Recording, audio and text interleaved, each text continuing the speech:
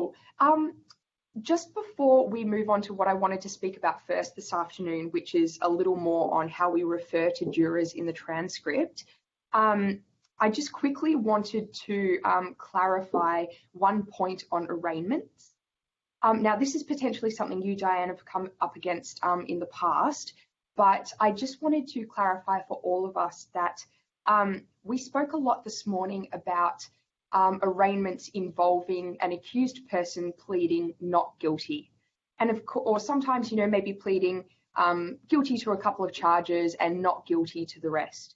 Of course, if we have a not guilty plea, we're going to move on to the trial because that's the purpose of the trial, for the jury to hear all of the evidence, to decide whether or not what's been presented to them is believable, is credible, and to make their verdict from there, and then the judge will sentence, etc., etc. But of course, I just wanted to mention that sometimes the accused person will just plead guilty. And the reason I mentioned that is because it's really important for us to know as typists that once an accused person pleads guilty to all of the charges, so we're not going to proceed with a trial, we're going to proceed to a plea. And we stop typing at that point. So I'm just going to share my screen very quickly just to show you a bit of an example of what would happen in that circumstance. It's very simple. We would have, as usual, our arraignment. Say again, we have Joe Anthony Bloggs. It was just maybe one charge of arson this time around, not so bad as last time. And he's got up there and he's pleaded guilty. We've put in our arraignment macro, but at this point, instead of obviously proceeding with a jury impanelment, proceeding with the openings, the rest of the trial, there isn't going to be a trial. It's going to proceed straight to a plea.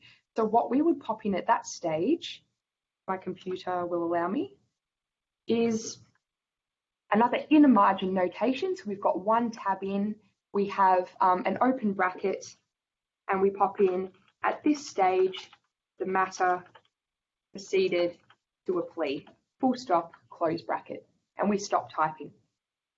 Now, this is the case that we use this notation, even if they don't immediately proceed to the plea. For our purposes, once they have been arraigned and pled guilty to everything, we use this notation, and unless requested otherwise, at which point, of course, the transcript coordinators, the TCs, would let us know, we are done with this matter. I wanted to mention this because, again, in the long history of Katie Mirabella typing things she wasn't supposed to as a beginning typist, this was one that I have fallen for in the past. And I've continued to type everything that went on after that plea of guilty. So I just really wanted to reiterate that now. And this is something, again, we'll go over tomorrow when we rehash what we do and do not type as typists. Beautiful. Diane, I imagine probably you're already all over this distinction. No, that I'm not actually. I've typed some pleas in the past, but I don't usually type the beginning of these matters, so I kind of haven't put the two things together, to be honest. Yeah, well, it's so easy to do, isn't it? Because I find that, I mean, I've done a lot of impanelments because I'm an in-office typist. But then after that, of course, as typists, we mostly spend our time typing the middle portion of a trial, so typing the witness evidence. And so sometimes it can be a bit of a mystery what happens at either end. And this is something that I'm going to touch on in a second in terms of the end of a criminal trial, because a lot of it I've never had to type, because it's generally only as requested. So we can explain these things and generally how they work, and we can point to sections in the manual that we can refer to if needed. But a lot of the time, the meat of what we're doing, just for the benefit of everybody who will be watching this later, is really typing witness evidence and discussion, particularly in criminal trials. As I said before, and as we'll reiterate tomorrow, it's a little bit different in civil because we tend to do a lot more typing. We'll be typing opening and closing addresses. Potentially, we might be typing instructions to the jury from the judge. It's just a little bit different, but that's just something I wanted to reiterate in terms of arraignments. Beautiful. So what I'll move on to now is just a couple of brief points about how we refer to jurors in the transcript. This is pretty simple. First of all, I can even point you to the spots in the manual as usual. So if we come to our manual, here we go, and we go to page 24, we can see there's a little, oops, I can find it. Sometimes the search function in Microsoft Word is amazing, and sometimes it actually gets in the way. So if I come back to page 24, there we go. We can see that there's a little section down here on jury foreperson. So the first thing I'd like to talk about is what happens when the foreperson, the person who's been chosen by the other members of the jury to be their mouthpiece, so to speak, if the judge directly addresses the jury and might have a question, for example. What do we do when that foreperson responds to the judge or responds to what's going on in the court? As we mentioned, I think yesterday, the foreperson has a special seat in the jury box, and it will generally be right in front of a microphone. So if somebody in the jury is speaking and they're speaking distinctly, you can hear what they're saying, you can almost be certain that it's going to be the foreperson who is speaking. And of course, there are going to be other indicators there as well. Usually if the judge is speaking to the jury and wants a response from the foreperson, of course, they're going to address them in that way. So they'll say, and now, Madam Foreperson, or and now, Mr. Foreperson. Sometimes they say foreman or Miss Foreman, which is a bit counterintuitive. So you'll know that it's the foreperson who's going to be responding. In that case, in the margin, we would literally just type foreperson, as you can see here in section 5.12. What happens though if just a random juror decides to pipe up during a case? Now, this is something that actually doesn't happen very often because, of course, the role of the foreperson is to be the mouthpiece for the jury. So it's not often that you get a random other jury member, just chucking their 2 cents in. But if that does occur, you can find on page 19 of the manual what to do in that circumstance. And again, very simple. In the margin, we would just pop juror and nothing else. Now, every now and again, you will have some strange moments in a case. You will have maybe things that occur out of the ordinary to do with juries, and you need to know how to be able to deal with that. So for example, I typed a case a little while ago where after the jury had been impaneled, they actually had a question from the accused person about one of the jury members. So during the impanelment, the accused person had not vetoed this particular jury member. They'd come back on day 2 of the trial, having had a phone call to the accused person's mum. So the accused person has rung his mum, and the accused person had spoken about someone that he thought he recognised, and somehow or other it came out that one of the jurors knew the accused person's family. Now, I bring this up because at this stage what happened was that the judge brought that particular jury member into the courtroom just by himself. And at this stage, the juror had to basically justify why he didn't know the accused man's family. And when he was doing that, he used his own name and the family name and his family name several times. And at that point, you have to say, well, jury members are supposed to be anonymous. How do we represent this in the transcript? Again, it's pretty simple, but it actually isn't found in the manual, perhaps because it is so rare. So this is direction that we've got from CAT on this, and I'm just going to show you how it goes. So say, for example, they bring the jury member into the courtroom and His Honour says, so what's this all about? Now, we know that it's a particular juror who's about to speak who isn't the foreperson in this case. So we've popped a juror into the margin, and the juror says, yes, my name is Mr. Juror, for example. My name is whatever. And my whole family is named juror. We need to make sure that these names are anonymized in the transcript. So it's a very simple matter of coming up here to my name is Mr. Juror and replacing the name with name supplied. Likewise down here we have, and my whole family is named Juror, so it's the surname of his whole family. Likewise, that needs to be anonymized. Name supplied. And it's good to note as well, the example that we had at the top when we replaced Mr. Juror with name supplied, we have to anonymize the Mr. as well. So the name is anonymized, the Mr. or Miss is anonymized.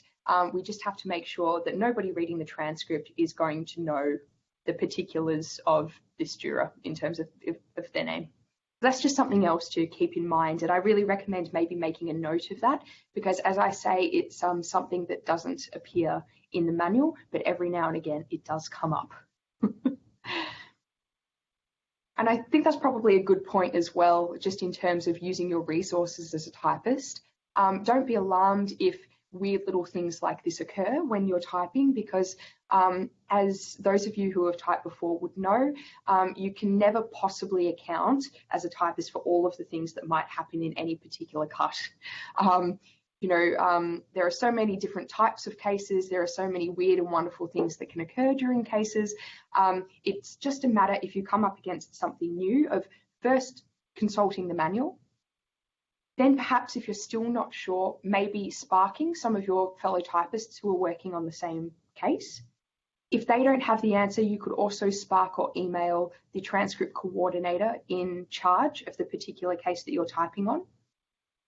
And at the end of the day, if the TCs don't know, they're probably going to go to Kat. If Kat doesn't know, she might go to Hayley, who's the manager then above. But we all figure it out together, and I'm happy to say that I found EPIC to be a really collaborative working environment. So little things like this, even if you can't remember, don't stress too much. It's just a matter of using your resources and doing a little bit of research. Perfect. Diane, do you have any questions on that at this stage? No, I don't. No, easy peasy. Perfect. And at this point as well, I just want to, again, point you towards the manual to section 5 for jury events that occur at the end of the trial. Because most of the things, in fact, that involve the jury at the end of the trial, so I'm back down here to my flow chart, pretty much everything from closing addresses onwards, we don't necessarily type. Certainly not in the county court. Now, if you wanted to be sure, again, you would go to section 6, to the different sections on the different courts, and you could have a look at the lists there of what we do and do not type. And this is something, again, that I'll go over again a little bit tomorrow, just to maybe make it a little clearer in all of our minds. But I just wanted you to know that it's good to have a look in the manual in section 5 in terms of things like, for example, the charge to the jury questions, the jury redirection, the jury ballot, the jury retiring to deliberate and consider their verdict. Have a read about them, have a read about the conventions, but probably you're only ever going to have to type those things if it's requested by the parties. And so a little as we were discussing before, Diane, in terms of arraignments and pleas of guilty, solely guilty, I personally have not had to type most of these because it's just not requested generally. And in civil matters and in other matters, it might be a little bit different. So it's just a matter, again, of jumping into section 5, reading through the descriptions that they give in here of all of those different phases of jury events, and keeping in mind that a lot of them you might not necessarily have to regularly use. And so I'm not going to use our time now to go into them in any great depth because it's fairly self-explanatory in the manual. And if you have any questions as you're reading through that, over the coming days, please feel free to chuck me an email or send me a Skype. Not a Skype, a Spark. I'm getting my applications mixed up. Perfect. Okie doke. So just on that, just while we're there, I was just saying in terms of the flow chart that everything from pretty much closing addresses onwards, we don't generally type in a criminal trial. That's just important to remember, because if during your cut they start their closing addresses, it would just be a matter of using the same macro that we used for the opening addresses and then stopping typing. And generally at that point, if it was me who was typing that cut, I would send a little spark through to the TC just to let them know that they've gone into closings, and they'll be able to allocate people work better from there and make sure that you as a home typist are allocated a case where you're actually going to be doing lots of typing and won't just be sitting there not making any money, using some macros, and that's about it. Perfect. Okie doke. At this point, I wouldn't mind just speaking a little bit about judgments, rulings, and sentences. So judgments, rulings, and sentences are all fairly similar in terms of what we do as typists. And in fact, when you're starting out typing, if you don't have experience in these sort of matters, it can be a little confusing as to the difference between the three. Now, it's taken me a while to get on top of this, and so I'll just briefly outline my understanding of the differences between rulings, judgments, and sentences. And Diane, feel free to chime in if you have anything to add or anything to correct me on as well, because while I may be relatively experienced as a typist, I am not experienced in the law. So the way that it's been described to me is that generally a judgment will be a final finding on a case as a whole in a civil proceeding. So a final finding on a case as a whole in a civil proceeding. That's generally what we're referring to when we're talking about judgments. And I can show you where to find judgments in the manual, and it's at page 90. There we go. As you can see in the VGRS manual, sometimes the description that it gives of different types of events are a little vaguer than perhaps we would like, ideally. So I think that's why it took me a while to understand the difference between these three types of events. But in any case, page 90 is where you can find some information about judgments. So generally, a judgment is a final finding on a case as a whole in a civil proceeding. A sentence, however, is the final finding on a case as a whole in a criminal proceeding. So this is once the jury has deliberated, has come back, has delivered a verdict on the facts, and then the judge has gone away, considered it from a matter of law, from a perspective of law, and has come back and has read his sentence, i.e. what is going to be the punishment for the accused person. And as I said, the sentence section of the manual can be found on page 114 of the manual, which I am going to just flick to now.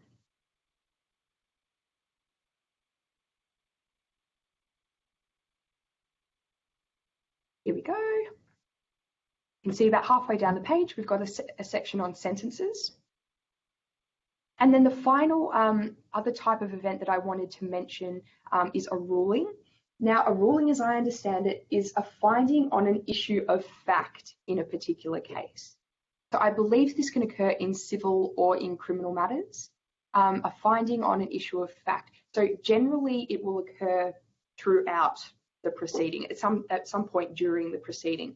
Whereas when we're talking about judgments and sentences, as you might imagine, these are things that happen at the end of the proceeding, just as a matter of logic. But rulings can occur, as I understand it, throughout the proceeding because it's on issues of fact. So they might have a ruling on an issue of fact and then they'll continue on with the case just with that ruling in mind. They have to operate on that basis now.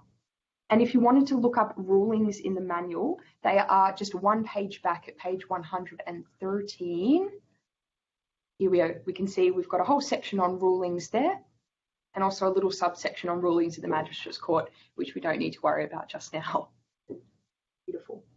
I'd now like to go through the similarities and differences between typing judgments, sentences, and rulings.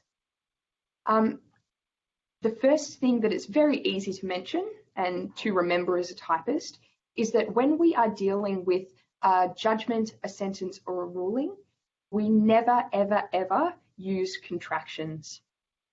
So if you look up those 3 separate sections in the manual that I've just highlighted, you'll see in each one it says, do not use contractions. And of course, as you'll be well aware, what we mean by that is when we are typing, say, a sentence, even if His Honour is using contractions, so saying, I can't believe that I don't know what's going on here. So I can't believe that I don't know what's going on here. It's His Honour saying this. Of course, we would type that as, I cannot believe that I do not know what is going on here. So I'm sure this will not be new to any of you, all of you having such excellent English skills. But when we are typing these sorts of matters, judgments, sentences, and rulings, we must not use contractions such as can't, don't, what, shan't.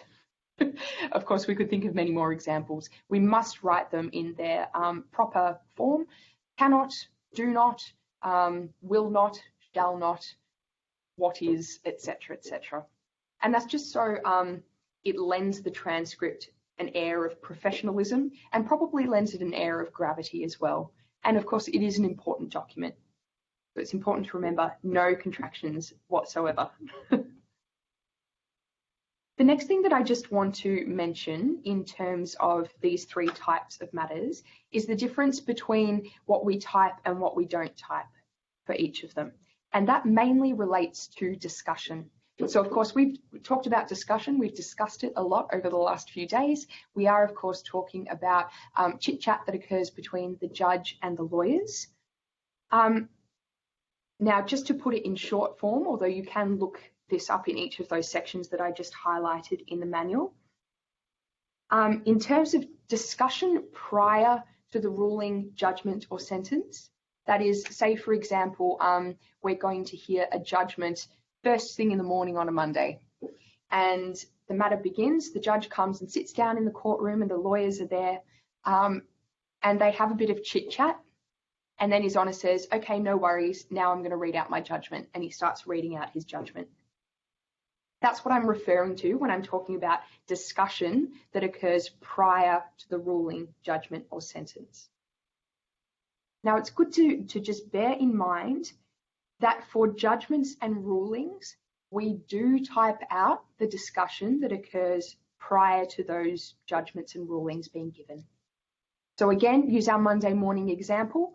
Say the judge comes into the courtroom, sits down, the lawyers are there, has a bit of a chit chat. If what is going to come next is a ruling or a judgment, we do type all of that discussion, and then we just continue with the ruling or judgment afterwards. However, what happens if we have a sentence? If we have a sentence, we do not type that discussion that occurs prior to the sentence being read or being given. So it's Monday morning, the judge comes in, sits down, the lawyers are there in the courtroom. His Honour has a bit of chit chat with the lawyers, and then he says, okay, now I'm going to read my sentence. Please stand, Mr. Accused Man.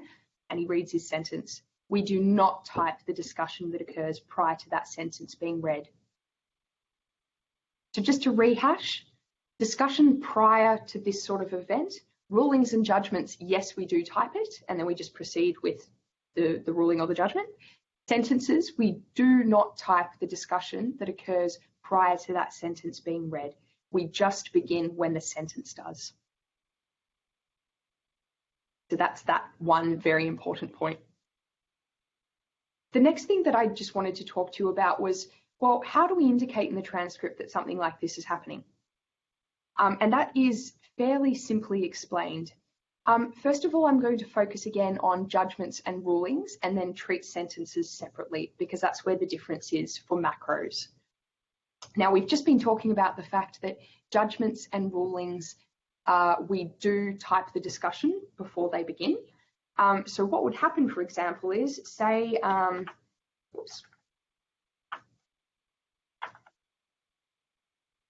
Hey, I don't know why that's not working, but say His Honour comes in first thing on a Monday morning and says,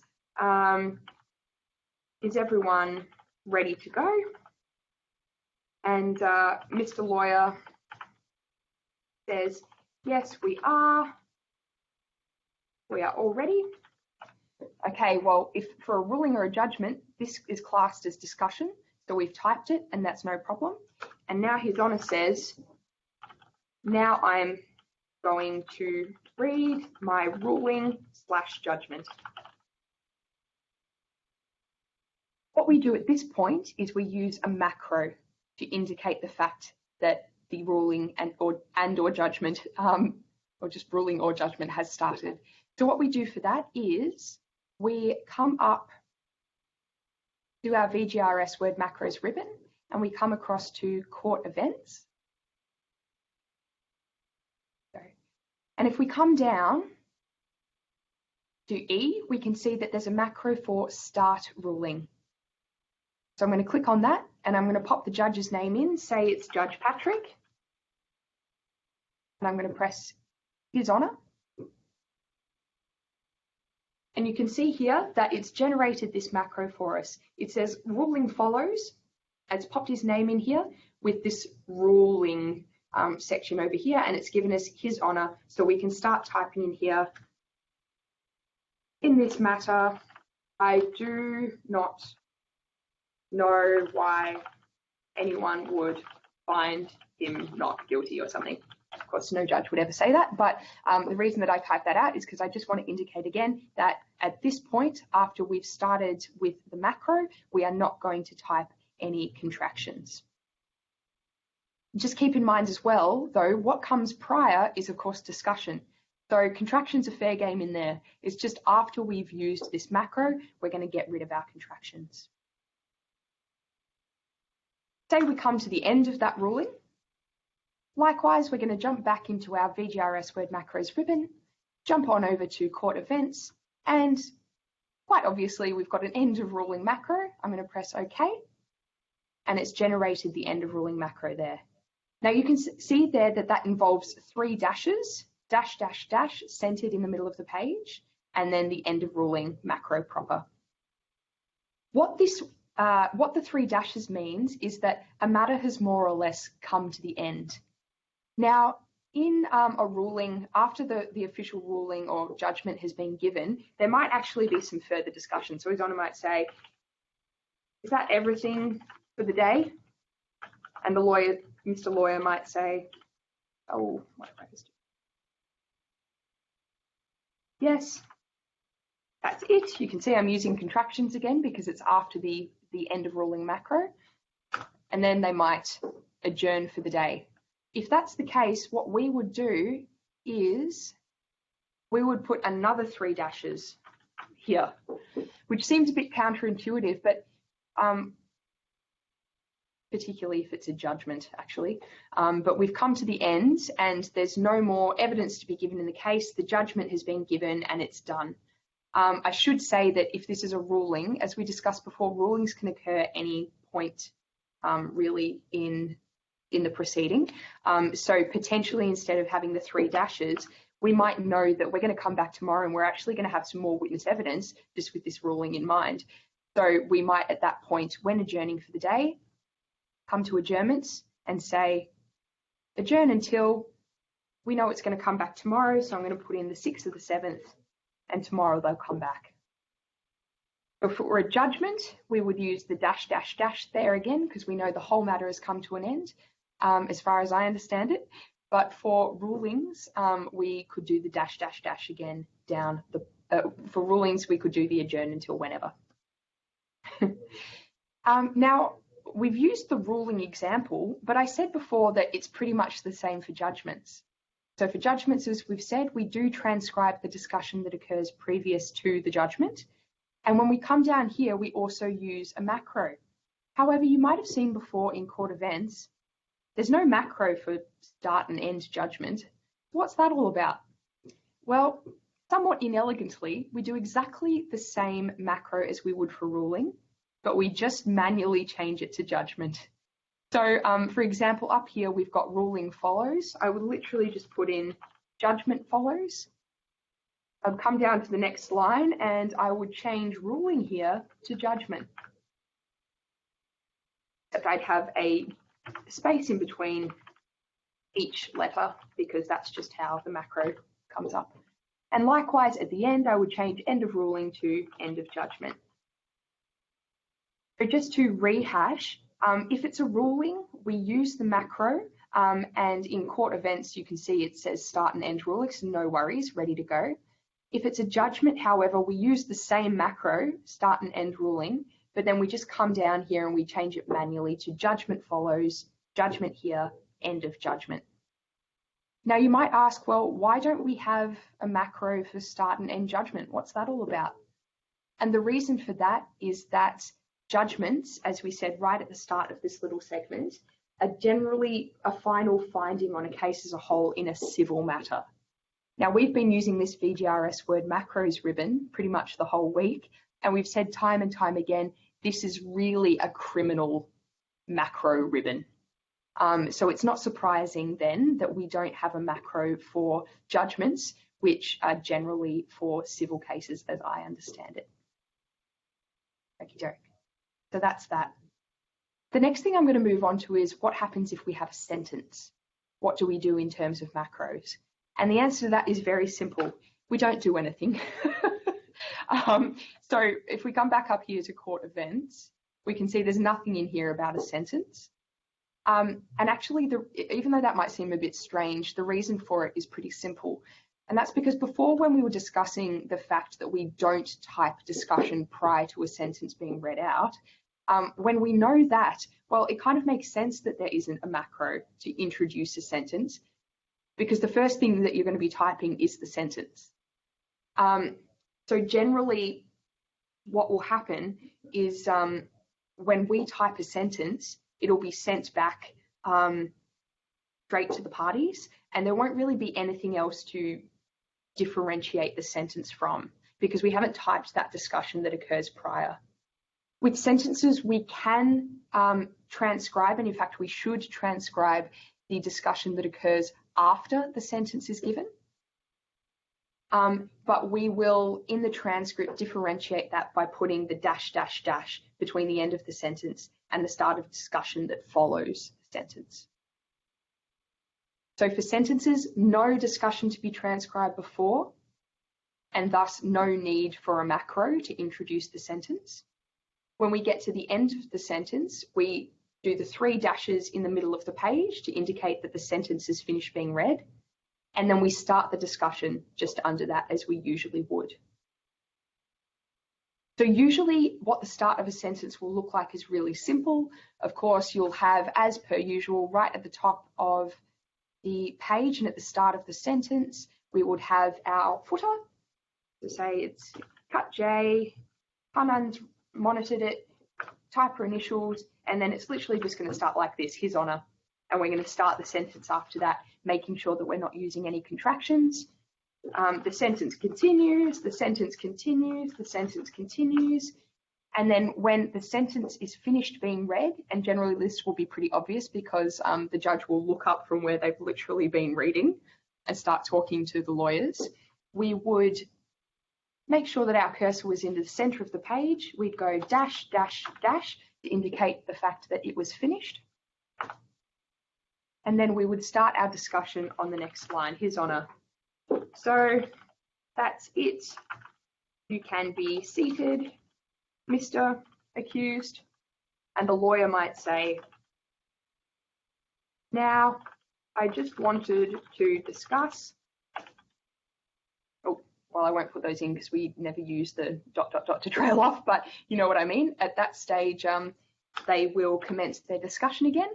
And then because this is a sentence, this is something that is winding up a case. When we get to the end of this, His Honour says, okay, let's adjourn. We know that everything is finished for this particular case. So once more, we're going to do a dash, dash, dash. in the center of the page. So that's that for sentences. Diane, at this point, do you have any questions about that? We do have a couple of other things to mention, but in terms of the differentiating that I've done so far between rulings, judgments, and sentences, do you have any questions about how we do it? No, that's all really clear. Thanks. Amazing. Okay, perfect. In that case, we'll just go into the minutiae of it a little more. It's all pretty straightforward though, because it's really just a matter of reading the manual at the end of the day. And to be honest, especially if you are a typist who is just starting out in the legal realm, it can the difference between the three can appear so amorphous that is really good. Just every time you have a matter like this, just have the manual open. To be honest, I still do it, and I feel like I've got a pretty good grip these days of the differences between them, but I'll just get it up and make sure that I'm doing the right thing. So let's start off with rulings, because I've got that here. I'm just going to go through each of the other things mentioned in the manual to make sure that we have mentioned them. So as we mentioned before, a ruling is a finding made by a presiding judicial officer applying only to the case in which it was granted. So generally on an issue of fact, sometime during the case, doesn't have to be at the end. We can see that contractions are not to be used. We've already spoken about that. No contractions for any of these sorts of matters for rulings, judgments, or sentences. We have to use correct abbreviations for citations. Now that sounds scary, but it's not. The other day we spoke about matter names and matter citations, and it's really just a matter of going to the case citations section of the manual and making sure what you are typing directly equates to what is in there in terms of style. Quotations must be transcribed in full in rulings and block indented using the indent macro. So all that means is in terms of typing out lengthy quotations in rulings, we just type everything. It's not a case in a ruling of having a really long quotation and being able to use what you might remember from the other day, the ... space reads ... notation with the 3 words on either side. We can't do that for rulings. We just have to type out everything that they say. And as we can see in there, it says they also must be block indented using the indent macro. Now, generally the best way to do that is to come to your keyboard, and hopefully if you press Alt F8, it should come up with a whole list of macros. Now, if this is something that you're not already aware of, Alt F8 can be really, really handy, and it's actually only something that I recently became aware of, I'm slightly ashamed to say. It gives you a list of all the macros that you should have loaded into your Microsoft Word, and if you just type in there, I think it's just under R, yep. So if you just type R into macro name, you can come down and you can see that it says ruling indent. I will just click on that and click run. And you can see that it gives you 3 tabs in. It gives you the quotation marks. And as you start typing, so this is a quotation. I'll just,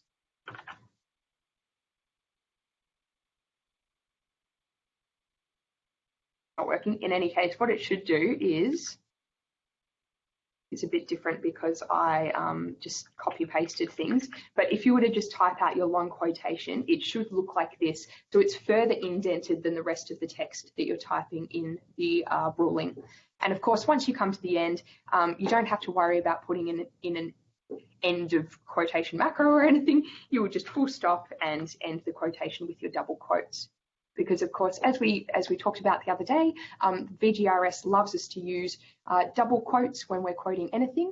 The only reason that we'd use a single quote is if we had a quote within a quote, quoteception, I guess, if you're an Inception fan. So that's that. That's the ruling indent that it's talking about in the manual. The next thing we have to be sure of is that case names and acts are italicized. So there's a distinction to be made here. It says case names are to be italicized, not case citations. So for example, if I had a case in a ruling, say His Honour said, I now want to refer to the case of Smith against Smithers, and that is from 2016 VSCA 47. Now you might remember from the other day, I'll just bring this down for a second. You might remember from the other day that we differentiated the case name from the case citation. So everything in the brackets onwards is the citation proper, which tells us exactly which case we're talking about. And of course, the two names beforehand separated by the V is the case name. And just on that, while we're talking, just in case this isn't something you've come up against yet, of course, when we're referring to cases verbally, usually what will happen is the judge and the barristers will say Smith and Smithers. Or if it's a criminal case, they'll say DPP against Smithers, or sometimes DPP and Smithers. Of course, when we're transcribing that, we know what case names look like in the legal world.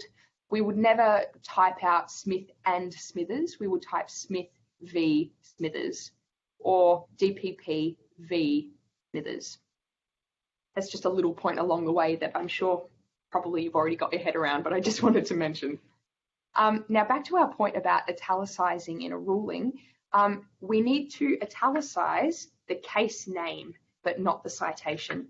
So for example, if they gave us this, the full citation in a ruling, we would italicize Smith against Smithers, and we would leave the citation, so the brackets onwards, just as is, unitalicized. Yes, beautiful, so that's that. The other thing that we need to italicize is, of course, any acts of Parliament, any legislation. So for example, if in here they said, and I now want to refer to the crimes, mental impairment and unfitness, I think it's to be tried, something like that, act. That's a long one. We would come up here, we would highlight the whole thing, and we just italicize it. Now, if they're just referring to an act or the act, so for example, if then they went on to speak about the crimes, mental impairment and unfitness to be tried act in general terms, so in that act, or possibly lowercase a, depending on who you ask, but they're referring to this specific act. So personally, I would capitalize act. Of course, we don't have to worry about italicizing that. It's only if we're using the actual name of the act that we would italicize. Okay, so that's italics. We've already discussed this point that comes next. Rulings are concluded by 3 centered dashes shown on the next line. Now, you might remember we didn't actually have to worry about that because the macro took care of it. So just to reiterate, say up the top of this ruling, we'd set it up with, in our court events, start ruling. Patrick, His Honour. Okay. We come to the end of it. Fix format. We come to the end of it. We come back up to our court events macro, go end ruling, okay. And you can see, as we saw before, it generates the 3 dashes for us there. And then if we have any discussion after that, we can start up with the discussion and we're ready to go. Beautiful. And we can see as well, then they just run us through what those ruling macros looked like. And we can see here that we've already seen that before when we used the macro. Beautiful. Okie doke. So that's that for rulings. Diane, is that all pretty clear to you? Any questions on rulings? No questions, thanks. Perfect, thank you. Okay, so I'm going to move on now to judgments. I'm going to jump back into that section of the manual and we can just make sure as well that we have all of that covered. We should be quicker and quicker as we go on because a lot of it is repetition. Where is it? Here we go. So as we said before, judgments, the section is on page 90. A judgment is the reasons given by a court for its decision. When these extend for more than 3 lines of typing, they are transcribed as an unrevised transcript. So what we will often find is that pretty much all of the judgments, rulings and sentences that we do are unrevised, meaning we type them and then we send them to the court, specifically to the judge's associate, who will then go through it, or potentially the judge themselves will go through it, and make sure that everything is correct in the transcript that we've supplied. And sometimes if they think something needs to be changed, they'll send it back to us and we'll change it, or potentially they'll change it themselves, as I understand it. So a lot of the time, actually what we're typing when we're typing a judgment or a ruling might not even be the complete thing. So a lot of the time, instead of reading out a whole long pages and pages long ruling, judgment or sentence, the judge will get up, will say, in this matter, I find, I find for the prosecution, or I find for the defence. That is, I agree with the prosecution or I agree with the defence. This is what it's going to mean going forward. And then they say, I publish my reasons. And what they mean by that is that what we're typing down isn't really the official end document of the ruling, judgment or sentence. What we're typing is really just discussion, to be honest. And then later they are going to generate their own ruling, judgment or sentence. So that's just a little bit of info on unrevised. We still follow all of the rules that they give us in these various sections in terms of how to type it, even if at the end of the day it's going to be sent to the judge and their associate to have a look over, and even if it's not really the final product, it's just a little blurb and I publish my reasons at the end. As a typist, I would still follow all of these guidelines. All right, we can see again for a judgment, contractions are not to be used, no biggie, we're used to that now. Correct abbreviations for citations, exactly the same as we've just discussed for rulings. Quotations must be transcribed in full, block indented, exactly the same as we've just described for rulings. Likewise, case names and acts are italicized, and judgments are concluded by 3 centered dashes shown on the next line. Now, you might remember that for judgments, we used exactly the same start and end macros as we did for rulings, and we just manually changed ruling to judgment. So none of that will come as a surprise to us because it's exactly the same as it is for a ruling. Perfect. So that's judgments. And now I'm just going to go to sentences to make sure that we have ticked off everything in there. And of course, sentences was on page 114.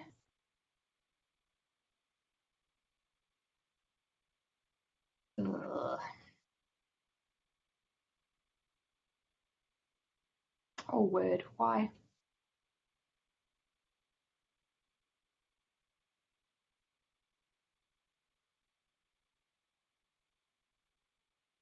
Oh, this is painful. Excuse me, everybody. 113, here we go, 114, sentence. Okay. So we can see here that for a sentence, the presiding judicial officer, i.e. the judge, delivers a sentence. Discussion may follow at the conclusion, and this is transcribed. So that's the distinction that we discussed before. Prior to the sentence, no discussion to be transcribed. Post the sentence, you do transcribe the discussion. This is another example, though, of the manual being a little bit ambiguous by mentioning one rule and not really mentioning the other, but that's okay. When transcribing a sentence, do not use contractions, no worries. Ensure you use the correct macros and tab 3 times when paragraphing for numbering purposes. So that's really referring to the indent macro there, because as we said before, we don't have a start sentence macro. Beautiful. Now this is about the cover page, which we don't have to worry about, but something that is important to note is that if the accused person speaks when we're transcribing, so if the judge asks them a question, for example, and they respond, this will generally be after the sentence has been read in that discussion that we can now transcribe. Because the sentence has been handed down, the accused person is now known as an offender. So if they speak in the margin, we're not going to put accused, we're going to put offender, because we know now that they officially did something wrong and they've officially received a sentence for it. They are the offender now. And just once again, correct abbreviations for citations. Quotations must be transcribed in full using the indent. So that was that Alt F8 option that we had a look at before. And case names and acts are to be italicized. And then down here, I actually did a bit of a disservice, the poor manual. It actually does mention for the county court, any discussion prior to a sentence is not transcribed unless requested. Okie doke. So that is that. Beautiful. I'm just going to have a little look at my list to make sure that we have touched on everything that I wanted to for now on that.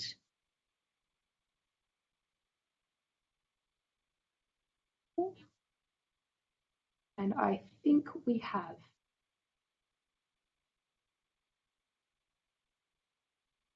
Yeah, perfect.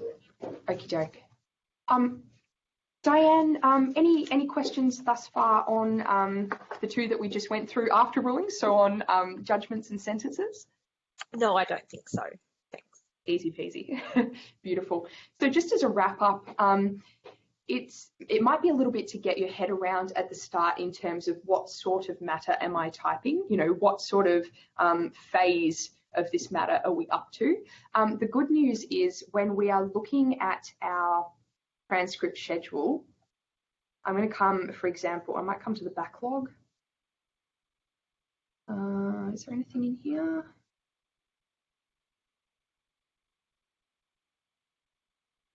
Anything here? I just really wanted to give you an example of a sentence, but I can't find one at the moment.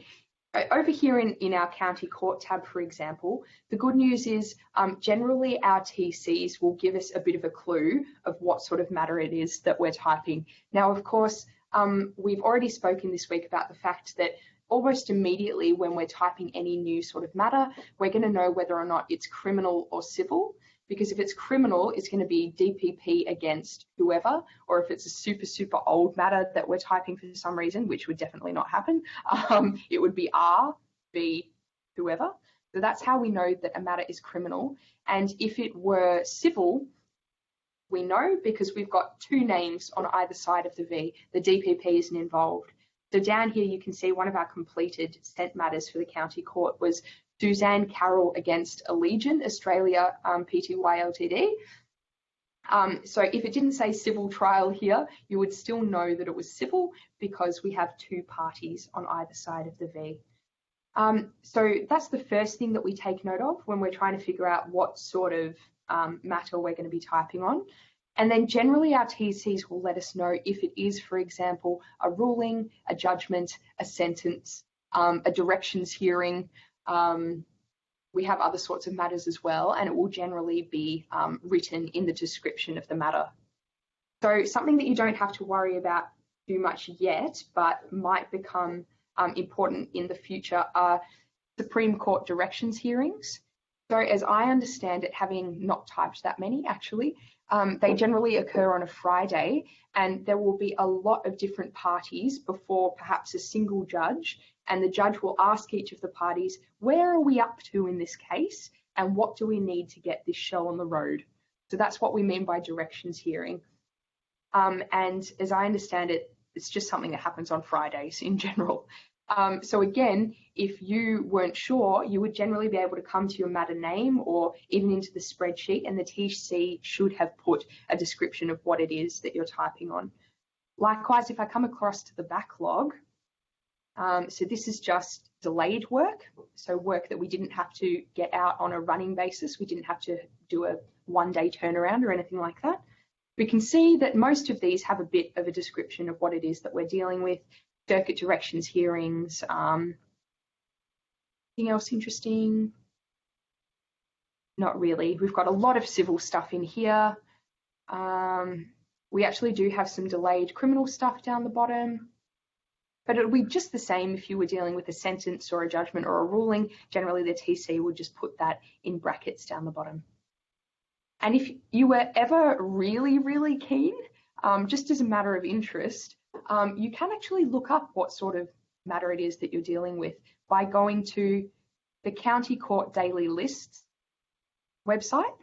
So you could just Google that, type in County Court Daily Lists, and it actually gives you a list of every matter that is sitting that day. So say you were doing a running and you weren't really sure what sort of matter you were dealing with, and for some reason the TCs hadn't mentioned it. For your own interests, you could always come to here, click on the daily lists. You can see there's one for circuit, civil, and crime. So say we were going to crime, jump in there, and you can see it lists every single matter that is sitting that day. And over here in the further right hand column, we can see there's a description of what sort of matter it is.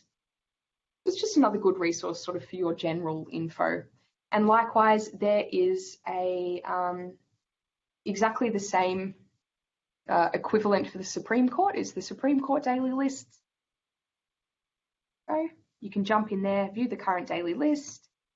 And again, it gives us the name of the matter and it gives us what sort of matter it is over here on the right-hand side. So if you type into Google Supreme Court or County Court daily lists, that's another tool in your toolbox or a weapon in your arsenal in terms of knowing what sort of matter it is that you're dealing with. But usually you won't have to get that far. The TCs are all over it. Likewise, I've found that when it comes to delayed sentences, rulings and judgments, a lot of the time in the backlog tab, it will be allocated to in-office typists. I'm not 100% sure why this is, but that just tends to be what happens. So it's possible as well that you know, you won't actually type that many of them, but just really good to know all of the conventions. Okie doke. Lovely. So that is that. Where are we up to? Excuse me while I just consult my list again. Just want to make sure that I'm really crossing off all of the points that I wanted to get through this afternoon.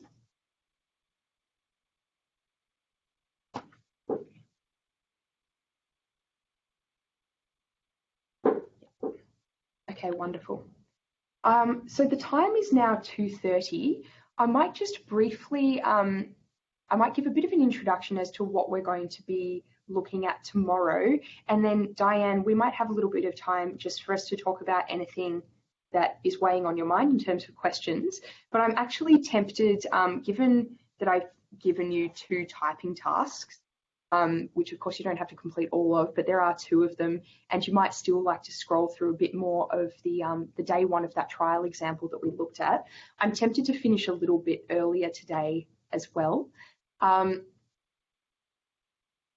So in terms of that, tomorrow, because it is our final day of the 5 days, I wanted to structure the day so that we have plenty of time to, for example, be able to talk through any questions that any of us may have.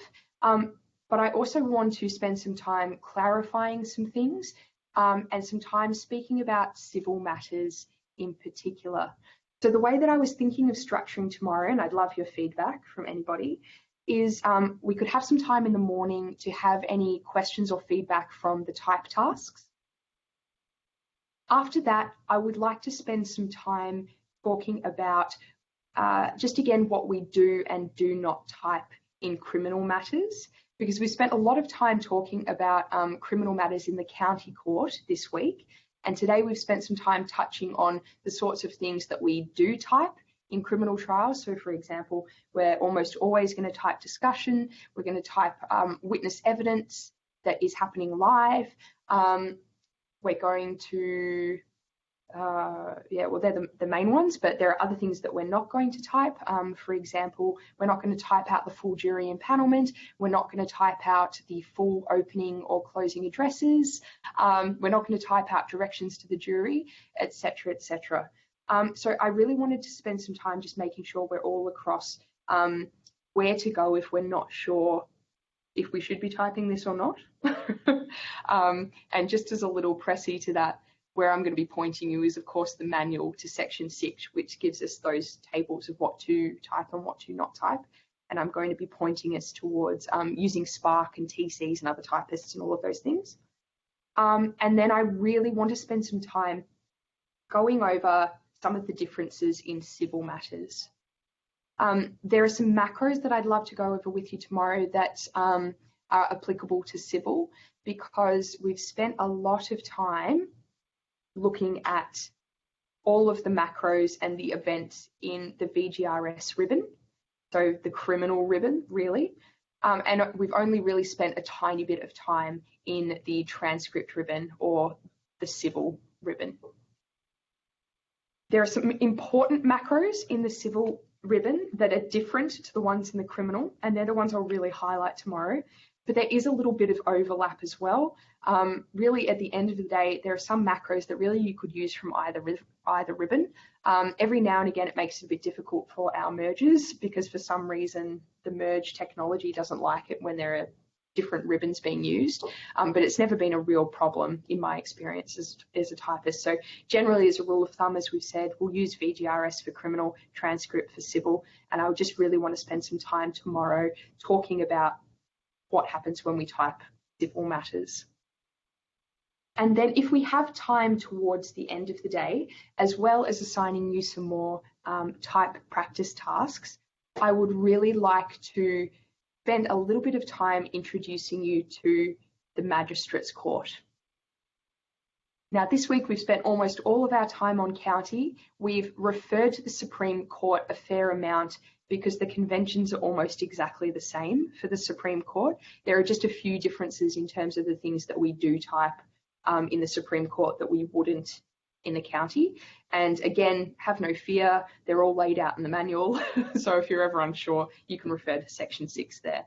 But the reason that I would like to introduce the Magistrates Court to you a little bit is I had a bit of a chat to Kat during the week, and she thought that was something it would be good to get you typing potentially over the coming weeks, because it's very similar to the Supreme and County in many ways. There are just a couple of conventions that you really have to be aware of, particularly in criminal magistrates matters.